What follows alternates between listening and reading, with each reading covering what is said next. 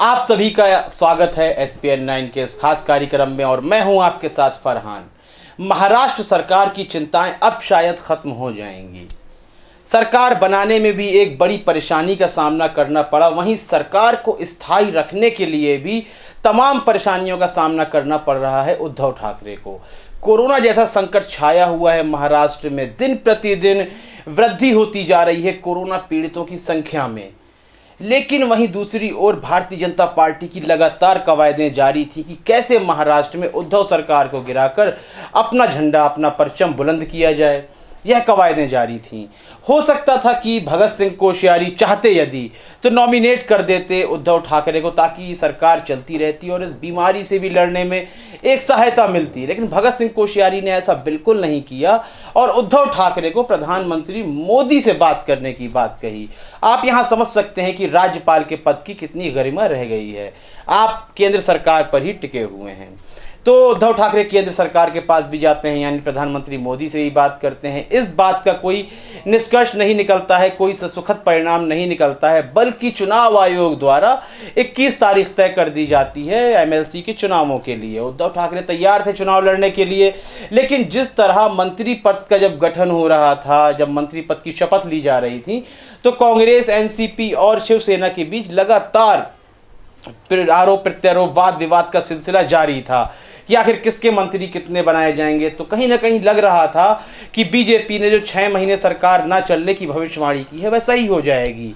लेकिन तीनों दल अपने आप में एक सामंजस्य की भावना लाते हैं और एक फैसले पर आ जाते हैं। सरकार का गठन भी हो जाता है, मुख्यमंत्री भी बन जाते हैं, मंत्री पद की शपथ भी ले ली जाती है और सरकार चलती रहती है। लेकिन अब जो दिक्कत सामने आ रही थी कि उद्धव ठाकरे को चुनाव तो जीतना है, या प्रत्यक्ष चुनाव जीतें या प्रत्यक्ष चुनाव जीतें। तो अब उस चुनाव की जो प्रक्रिया आ रही थी, तो वहाँ भी 9 सीटों में चुनाव होने हैं, जिसमें कांग्रेस से कहा जा रहा था कि आप कम से कम अपना सिर्फ एक ही प्रत्याशी उतारिए मैदान में। लेकिन कांग्रेस भी अड़ी हुई थी, 2 प्रत्याशी उतारने की बात कर रही थी। फिर यह लग रहा था कि उद्धव ठाकरे शायद निर्विरोध जीत पाए, लेकिन कांग्रेस इस बात को मान जाती है। उनके 2 प्रत्याशी थे, राजकिशोर और राजेश राठौर। उसमें से कांग्रेस अब एक प्रत्याशी का नाम वापस ले लेती है, जिनका नाम है राजकिशोर। राजकिशोर का नाम वापस ले लिया गया है। राजेश राठौर उम्मीदवार के रूप में हैं, जो महाराष्ट्र के मराठवाड़ा के जालना जिले में रहते हैं, जालना जिले के रहने वाले हैं।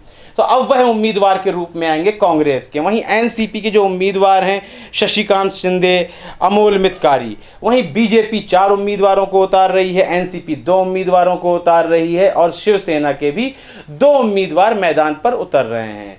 तो अब यहाँ पर देखा जाना है कि क्या वाकई में उद्धव ठाकरे निर्विरोध चुनाव जीत पाएंगे, क्योंकि चुनाव जीतना बहुत ही ज़रूरी है। यदि वे चुनाव नहीं जीत पाते हैं तो फिर वह मुख्यमंत्री बने नहीं रह पाएंगे। उन्हें विधानसभा के अंदर जाना है प्रत्यक्ष चुनाव के द्वारा या अप्रत्यक्ष चुनाव के द्वारा। तो यहाँ पर कांग्रेस का एक बहुत ही महान फैसला हम मानेंगे। इस फैसले की हम वाही करते हुए नजर आएंगे, क्योंकि 2 विचारधाराओं का जिस तरह से एक मिलन हुआ है भारतीय राजनीति में, ये वाकई में अभूतपूर्व है। शिवसेना जो कि राइट विंग के तरफ होती थी, NDA का घटक दल थी, लेकिन भारतीय जनता पार्टी जिस तरह जमीनी स्तर पर खोखला करती जा रही है अपने ही घटक दलों को, उनकी जो ज़मीन है, जो उनके विधानसभा क्षेत्र हैं, लोकसभा क्षेत्र हैं, उनका अस्तित्व वहाँ से ख़त्म करके अपना परचम लगातार लहराती जा रही है, जिससे गठबंधन दलों में भी एक खतरे की भावना आ चुकी है। वह लगातार बीजेपी का साथ छोड़ना चाहते हैं, चाहे आजसू के सुदेश महतो हों, चाहे फिर वो शिवसेना के उद्धव ठाकरे हों। लगातार भारतीय जनता पार्टी के घटक दल उनसे टूटते जा रहे हैं। फलस्वरूप आपने देखा कि कम से कम 6 राज्यों के चुनाव भारतीय जनता पार्टी हार गई और उसे अकेले उतरकर लड़ना पड़ा था। यह सोचने वाली बात है। तो अब आपको क्या लगता है, क्या महाराष्ट्र में उद्धव ठाकरे की जीत निर्विरोध होगी? क्या उद्धव ठाकरे मुख्यमंत्री पद पर रह सकेंगे लगातार, या फिर वह इस चुनाव को हार जाएंगे? क्या कांग्रेस लगातार बैकफुट पर आ रही है, या फिर एक राइट विंग को, एक फांसीवादी पार्टी को सत्ता से उखाड़ फेंकने के लिए लगातार बलिदान दे रही है?